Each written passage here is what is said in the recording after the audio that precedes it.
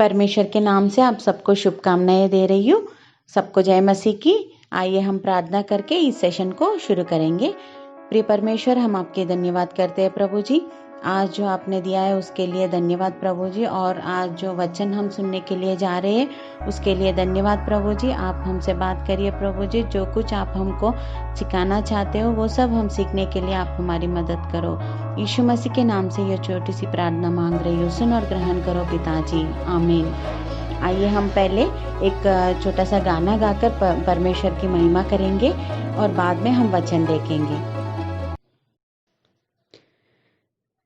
धन्यवाद के साथ स्तुति गाऊंगा, हे यीशु मेरे खुदा। उपकार तेरे है बेशुमार, कोटि कोटि स्तुति धन्यवाद।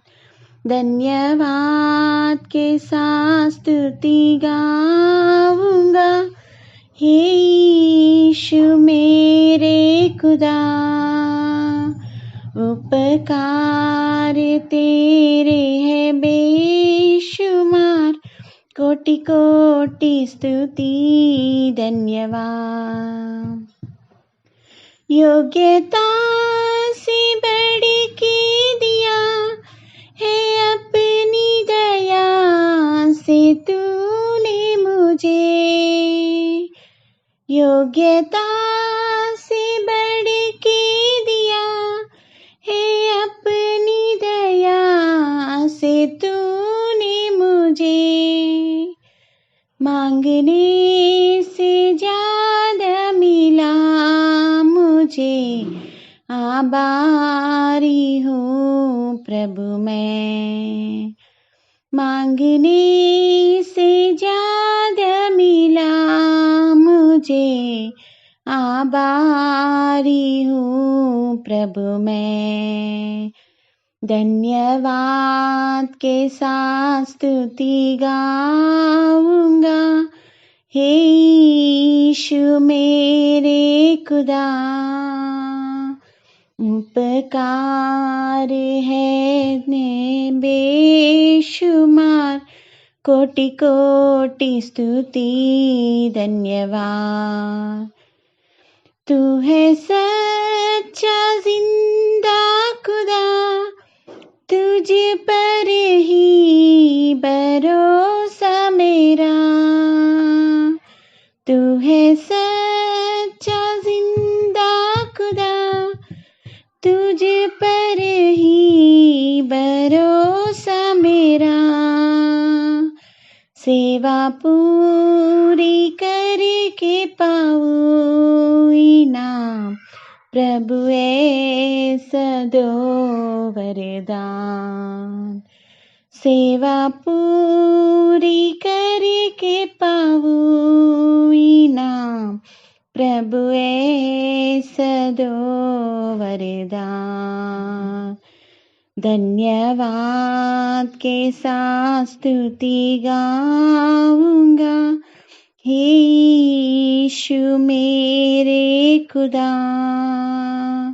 उपकार तेरे है बेशुमार, कोटि कोटि स्तुति धन्यवाद। कोटि कोटि स्तुति धन्यवाद। कोटि कोटि स्तुति धन्यवाद।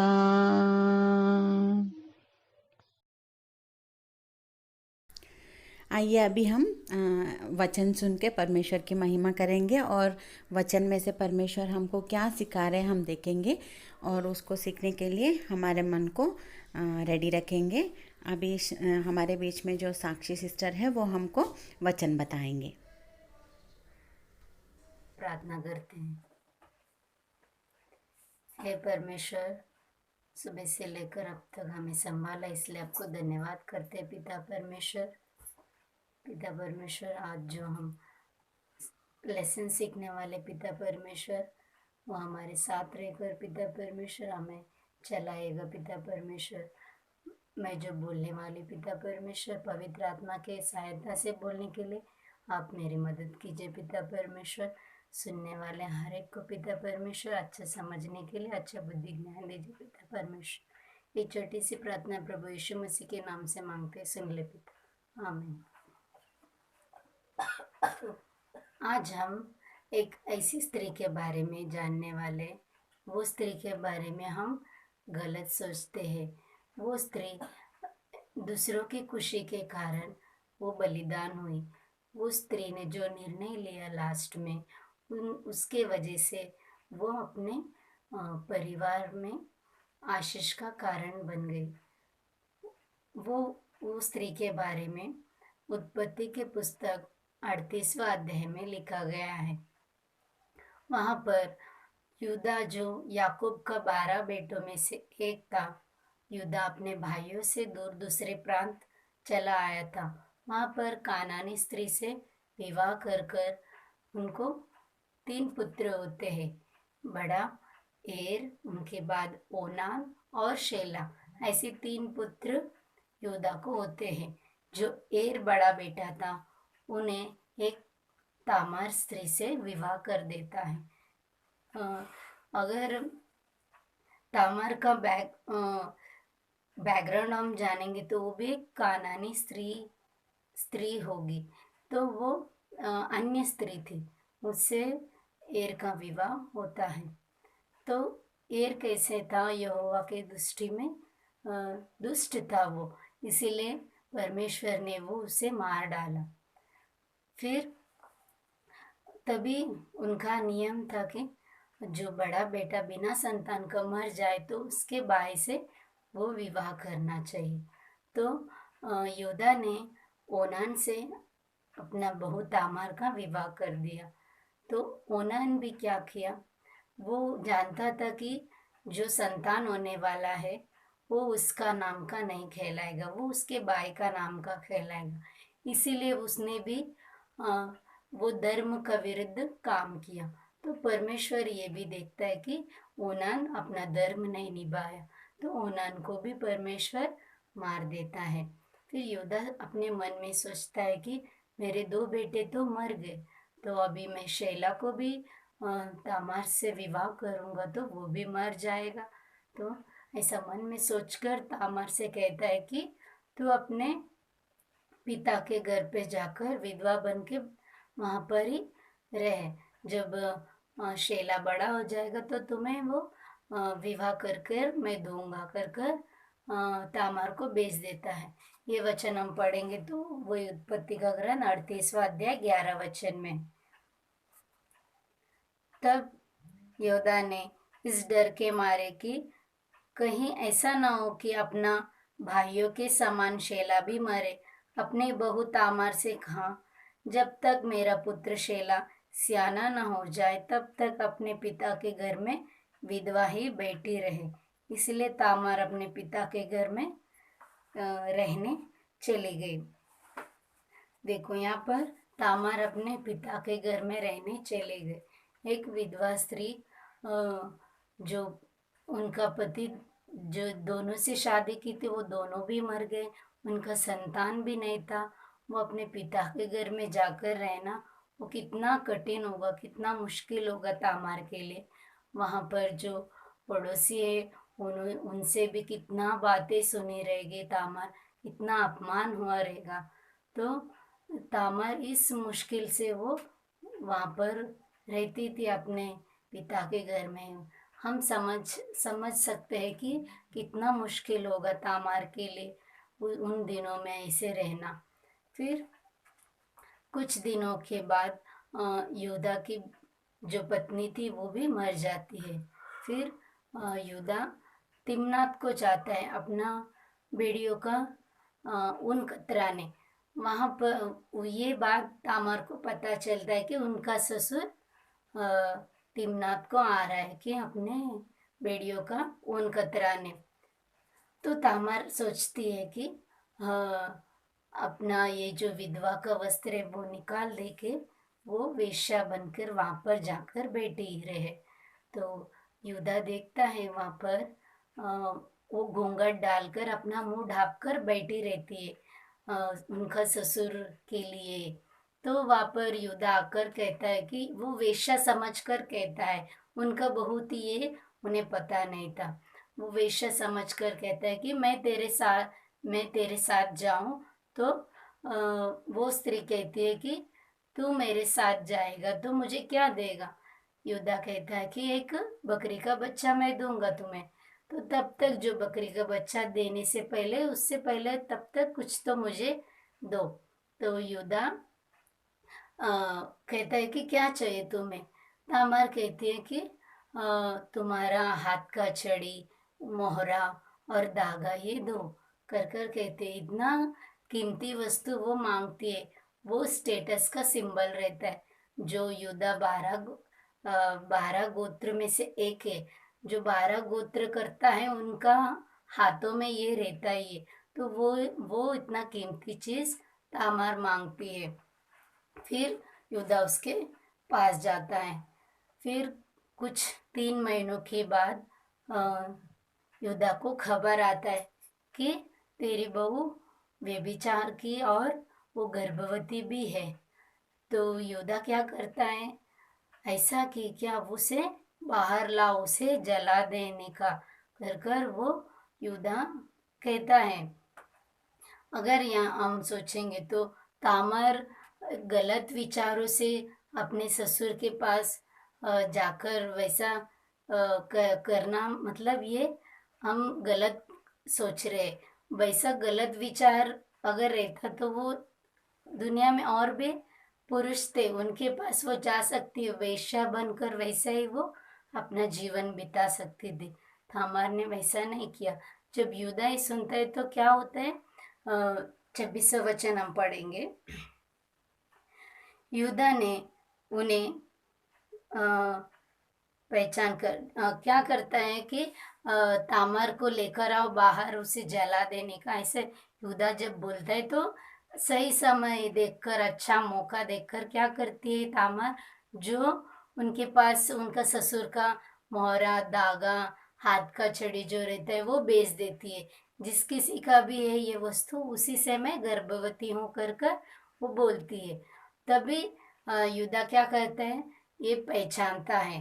पहचाना तो वही 26वां वचन में, युद्धा ने उन्हें पहचान कर कहा, वो तो मुझसे कम दोषी है, क्योंकि मैंने उसका अपने पुत्र शेला से विवाह न किया। देखो, युद्धा भी अपना गलती माना कि मैंने उसको अपना पुत्र देकर विवाह नहीं किया, तो वो मुझसे कम दोषी है। ऐसा परमेश्वर पवित्र आत्मा के द्वारा लिखवाया है। और एक भी बात लिखवाए, और पवित्र आत्मा के द्वारा क्या लिखवाए तामार के बारे में, वही नीचे हम पढ़ेंगे। तो और उसने उससे फिर कभी प्रसंग ना किया, मतलब उन लोग कभी वापस एक नहीं हुए।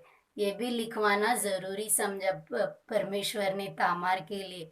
अगर तामार गलत विचारों से वैसा करती तो ऐसा परमेश्वर नहीं लिखवाता था। तो अगर अगर एक वचन हम देखेंगे तो कभी भी किसी का भी अच्छा खुश दिन हो, तो घर में बच्चा हुआ हो तो क्या करते, अच्छा जो लोग जिए रहते हैं उनके बारे में याद कर कर उनका जैसा ही तुम्हारा संतान हो, ऐसा हम आशीष देते हैं। वैसे ही तामार को भी याद कर कर बोयाज और रूत का जो संतान हुआ था, तामार को याद कर कर उन्हें भी आशीष दिया। वो वचन रूत ग्रंथ में 4 अध्याय 12 वचन में हम देख सकते हैं। तो ये तामार के जीवन से हम क्या सीखते हैं कि तामार अपने हक के लिए वो खड़ी रही। वो अपने राइट्स के लिए, अपना जो हक है वो पाने के लिए वो खड़ी रही कि योद्धा वंश में मेरा विवाह हुआ तो परमेश्वर का उद्देश्य होगा कुछ ना कुछ। ये वंश को मैं बचाना है, इनको आगे बढ़ाना है कर कर वो उसने कदम उठाया। अगर वो गलत विचारों से करती तो वो परमेश्वर ये उसके बारे में नहीं लिखवाता था। और उसने जो निर्णय लिया उसके कारण उसका पूरा परिवार भी आशीष पाया। अगर वो हम देखेंगे तो कैसे वो उनका परिवार का नाम यीशु मसीह का वंशावली में आया और तामार का नाम मत्ती सुसमाचार 1 अध्याय 3 वचन अगर हम पढ़ेंगे तो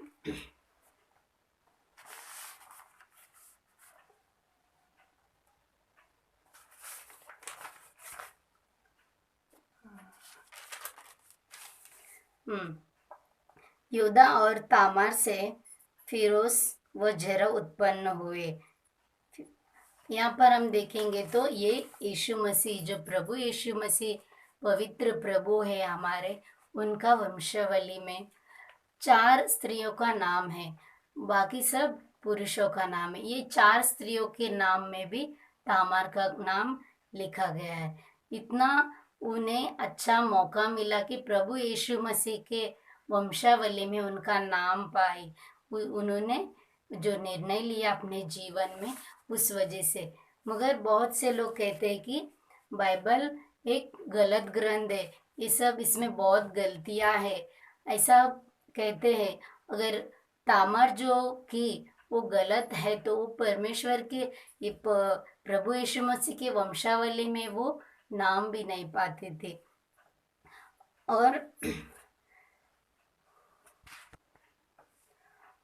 और उस समय उन लोग को व्यवस्था भी नहीं दिया गया था, धर्मशास्त्र व्यवस्था भी नहीं दिया गया था। ये मूसा आने के बाद दिया गया है। उस समय यही जो सही था उन्होंने वही फॉलो किया, मगर वो गलत इरादों से नहीं की।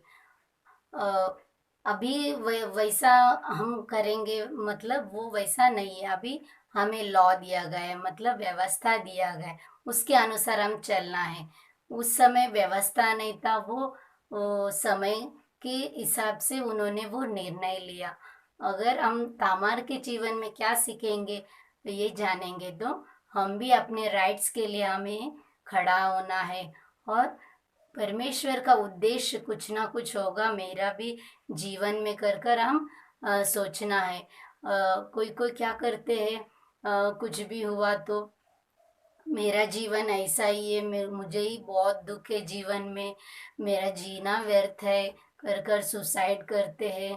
कितने तो भी लोग, जवान लोग और शादीशुदा होने के बाद कर्जे से पीड़ित लोग, कितने तो भी लोग ऐसे कदम उठाते हैं। मगर तामार का जीवन में उसने वो कदम नहीं उठाया, उठा सकती थी। वैसे 2 पति मर गए, मेरे संतान नहीं, अभी मैं क्या करूं, मेरा जीवन ऐसा ही बीतेगा।